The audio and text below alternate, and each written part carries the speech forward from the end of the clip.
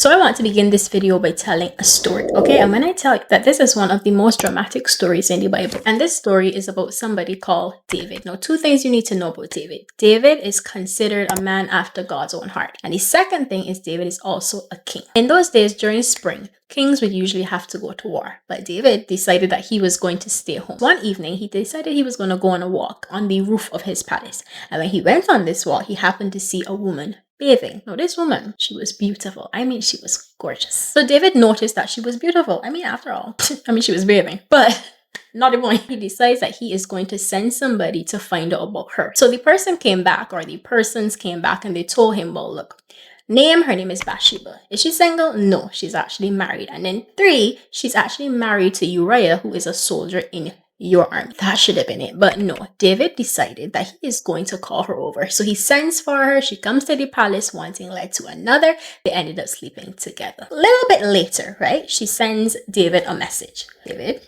I am pregnant. So now David has to come up with a plan. So David's plan is that he's going to call Uriah from the war back home, hoping that he would go home and sleep with his wife. Now, this makes sense. This is logical because when he comes home from war, soldiers, they didn't see their wife in a long time. They're going to put their energy to use someplace else, okay? And it would look then like Uriah got her pregnant. Problem is, Uriah is a man of honor. Uriah is like, no, I have to serve my country. No, I still have to do my duties, my responsibilities. So he did not want to go home, and he didn't go home. So David's plan failed. So David tried again. This time he decided to wine and dine Uriah. He gave him something to eat. He gave him something to drink. He got him drunk, hoping that he would go back home and sleep with his wife. But again, Uriah is a man of duty. He's like, no.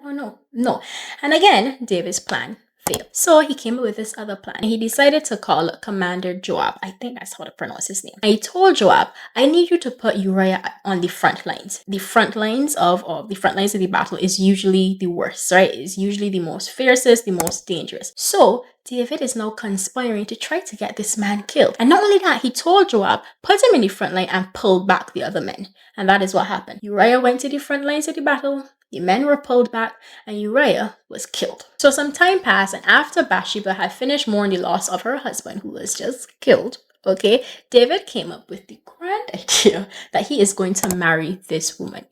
Make it look all good, keep up appearances, cover it up. But God saw everything. And because God saw everything, God decided that he was going to send a prophet. And he sends prophet Nathan to David to confront him. He confronts him.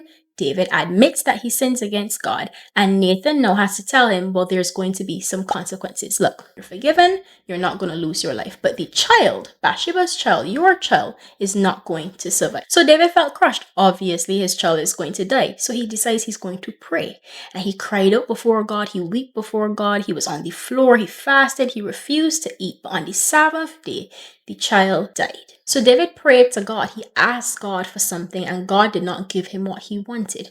David made his request known to God, but God did not give him what he desired. So it looks like if David is just left with his prayers unanswered. Truth is, reality is, God did answer him. The answer was just no. We ask God for so many things: house, car, money, food, clothes, healing, just a bunch of stuff.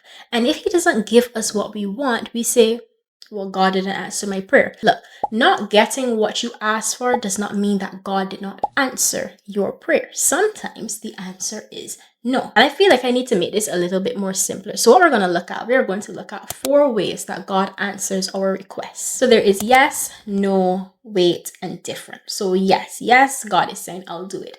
No, he's saying that's not my will. Wait, he's saying not yet, just hold up. And different, he's saying, I have something better in mind. I have something greater in mind. And I want to look at each of them in turn, first starting with the yes. So you prayed to God. God answered your prayer. He gave you a yes. So we love the yes. Okay, when we get the yes, we are on cloud 9. There's nothing wrong with the yes. We're like, yes, God, thank you. Praise you. This is when we spring out all of the worship songs and the dances that we're like, yes, Lord, and you praise dancing and everything because we got the yes. It is all of the others that we really have a difficulty with, such as the wait. So you prayed to God, God answered the prayer, and the answer was wait. Now, it's my opinion. that the wait is the hardest one. Like when God tells you wait, I feel like that is the hard. I feel like that's more hard than hearing like the no. And I think it's so difficult because it's like as humans, we want what we want when we want it and we want it now. On top of that, as humans, we live in a fast-paced world. Everything is so fast. And I think another layer of this is that the wait comes in different forms or is wrapped in different ways. One of those ways is that the wait sometimes is wrapped in different expressions. Like sometimes God might say no. God might say not yet. God might say be patient. He may say it's right around the corner. Like I was in a season one time where God made me wait like a year. God made me wait a whole year, right? Like a whole year. And that might sound like a little, that's not long. But because of what it was, a year is long. I felt like at some points he was telling me it's right around the corner. That was him telling me to wait. And it was so difficult. But then the wait can also be wrapped in a promise, right? So God makes a promise, but the promise doesn't manifest. The thing isn't fulfilled. The thing doesn't come forth immediately. So you have to wait. And an example of this is Abraham in the Bible. Abraham was old. When I tell you old, Abraham was old, okay? And not only that, his wife was also old and she could not have children. She was barren. But God made Abraham a promise. He said, look, you are not only going to have a child, but you are going to have many, many, many descendants. So this wait, right, was actually wrapped up in a promise. It's like, I'm promising you that you're going to have children. But Abraham actually had to wait. When he got this promise, he was 75 years old. You know when he got the child? I mean, the first child, not even the descendants. He got the first child when he was 100 years old. That is like, hold on. Don't judge me. That was 25 years. That was 25 years that Abraham had to wait. Sometimes when God tells you to wait, you don't get it the same day, you don't get it the same week, you don't get it the same month, you don't even get it the same year, sometimes not even the same decade.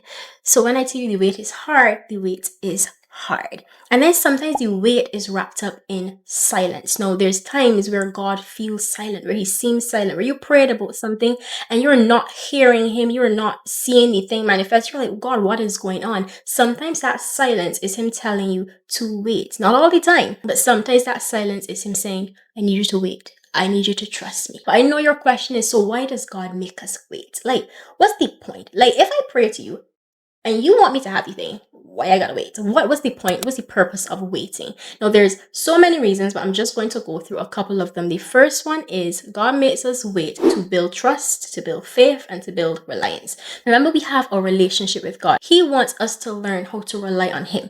He wants us to learn how to trust him. He wants us to learn how to have faith in him. Because it's so easy to have faith in the job. It's so easy to have faith in the money. It's so easy to have faith in the doctors. But God is like, no, I want you to have faith in me. I want you to believe me. Like when I say I'm going to do something, I want you to believe me. Our relationship with God is based on faith. And sometimes the only way that faith could be produced, sometimes the only way that faith, that belief could come forth is if he doesn't give us what we want immediately. Because think about it. If you get what you want immediately, there's no need to trust God. But to cultivate that trust, to cultivate that belief, to cultivate that reliance on him, he has to sometimes make us wait. The second reason God makes us wait is because it is not time. Now, this one is the hardest because in our minds, in our world, in our space, in the earth realm, we're like, God, it's time.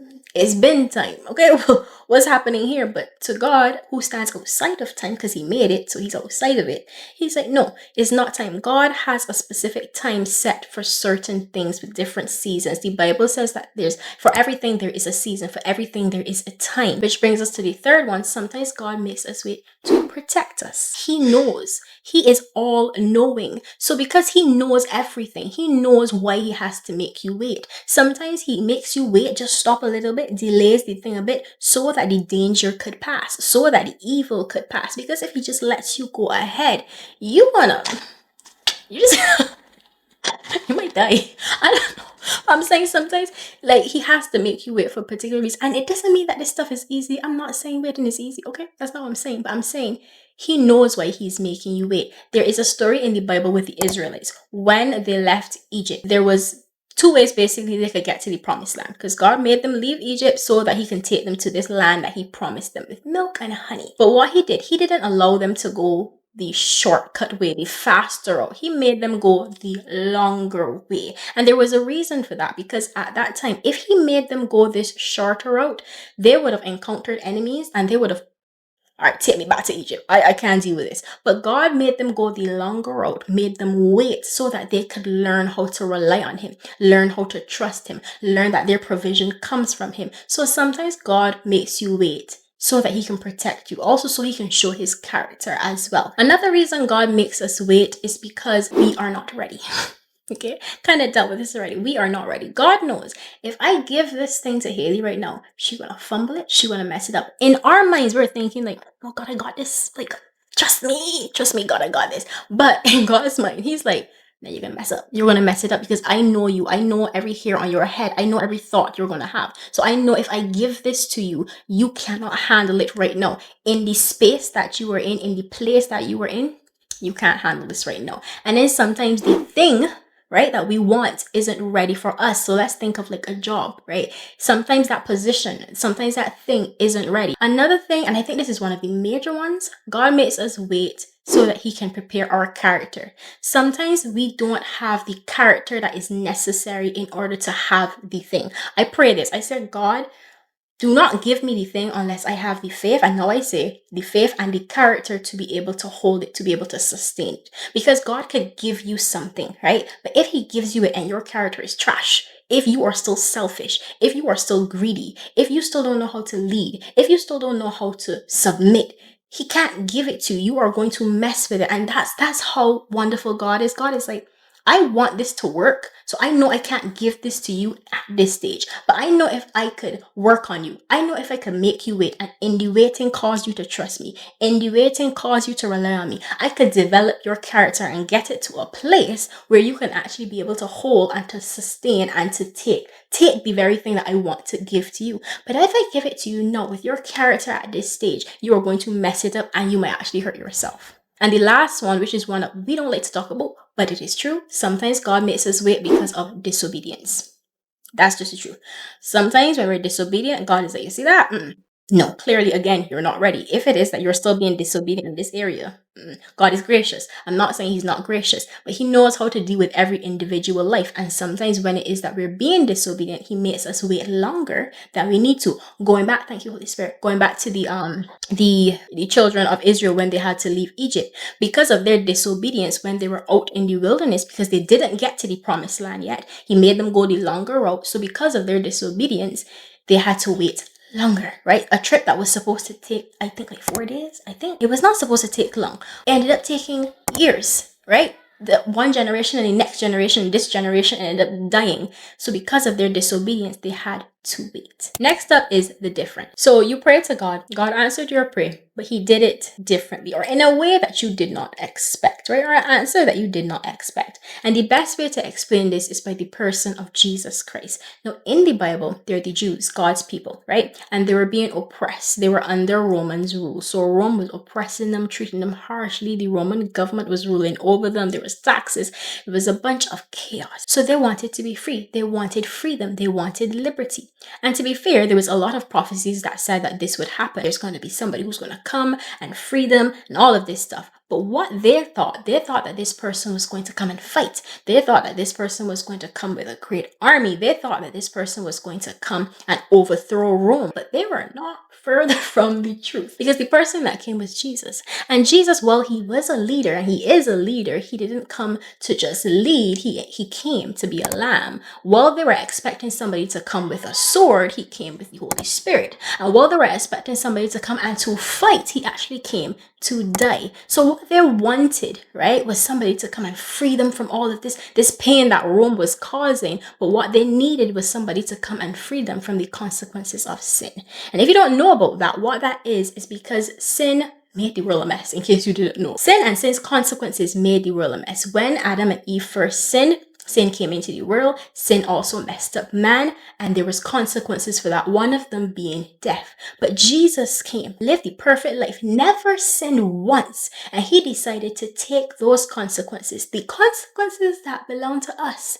We are the ones who sin, but he decided to take that punishment, take those consequences of sin, take death itself, put it on himself, die, so that we can be free from the consequences of sin, so that we can have a relationship with God, so that we can have the gap that sin caused. It is now bridged because of Jesus Christ. So that is the gospel, and that is what Jesus did. So what they wanted was somebody to free them from Rome, but they got somebody to free them from sin. And if we're being honest, that one was more important. So sometimes when you pray for one thing, God sometimes gives you something else. He might not give you what you want, but he will give you what you need. And the last one is the no. When we ask God for something, we make our request known, he answers our prayers and he says no.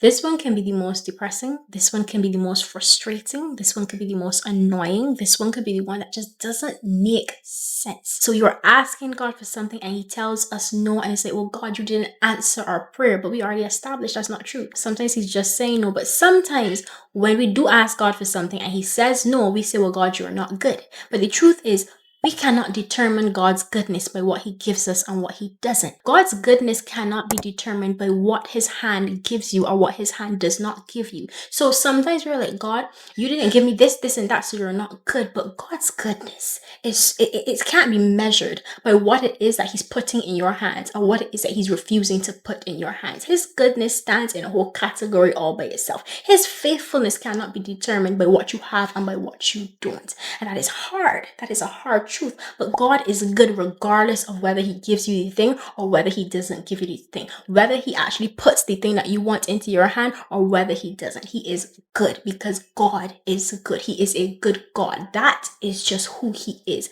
And that cannot be taken away just because you didn't get what you wanted. Sometimes you're praying for something good. Sometimes you're praying like, God, take away the sickness, but you still have the sickness. Sometimes you're praying like, God, I want the job, but you're not getting the job. Sometimes you're praying, God, please don't let my mother or father die, my friend die, but the person ends up dying. Sometimes you're praying, you're like, God, I've been waiting so long for a spouse, and up to now, you still haven't gotten the spouse. Sometimes you're like, God, I just want a baby this month, and the baby does not come because you end up going to the bathroom and you see blood. Why does this happen? All of those reasons that I gave for wait, so protection, character, God's timing, all of these different things, they can still fit here. As in, sometimes God tells us no for those same reasons too, and I'll put it on the screen. So I know it's difficult, and you know why he tells us no?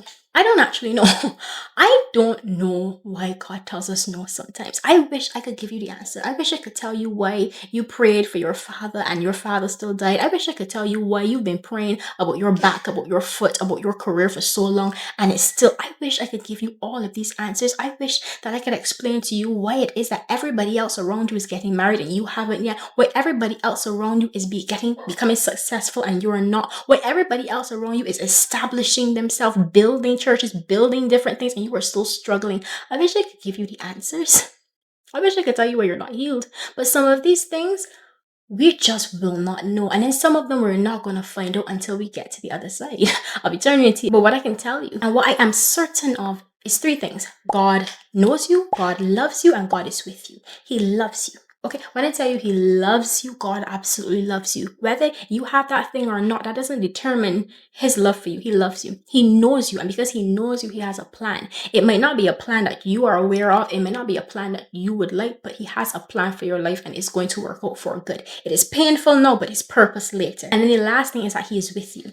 These things don't necessarily make you all bubbly, feel all better just like that. I get that. I know that, right? It's not going to make it feel all better just saying, well, God is with you. But these are things that you can hold on to while you are in the pain of the no, while you are standing in the no, while you can't figure out why you received the no. These are three things that ground you, that hold you, that keep you grounded, that keep you solid in Christ. The last thing I want to share with you is when you get the no, what do you do? What do you do when God gives you the no? And for that, we just need to look at the end of our story with David, even though it was a bit dramatic. David noticed that his attendants were whispering among themselves, and he realized the child was dead. Is the child dead? He asked. Yes, they replied. He is dead. Then David got up from the ground. After he had washed, put on lotion, and changed his clothes, he went into the house of the Lord and worshipped. And that is what I can offer you today. I hope that this helps. I pray that it helps somebody who had an unanswered prayer, right? Or just a prayer where God told them no, yes, different, or wait. I think that's it. Yeah. Comment, like, share. share it to somebody who you know have been praying for this thing and they haven't gotten it yet, and subscribe.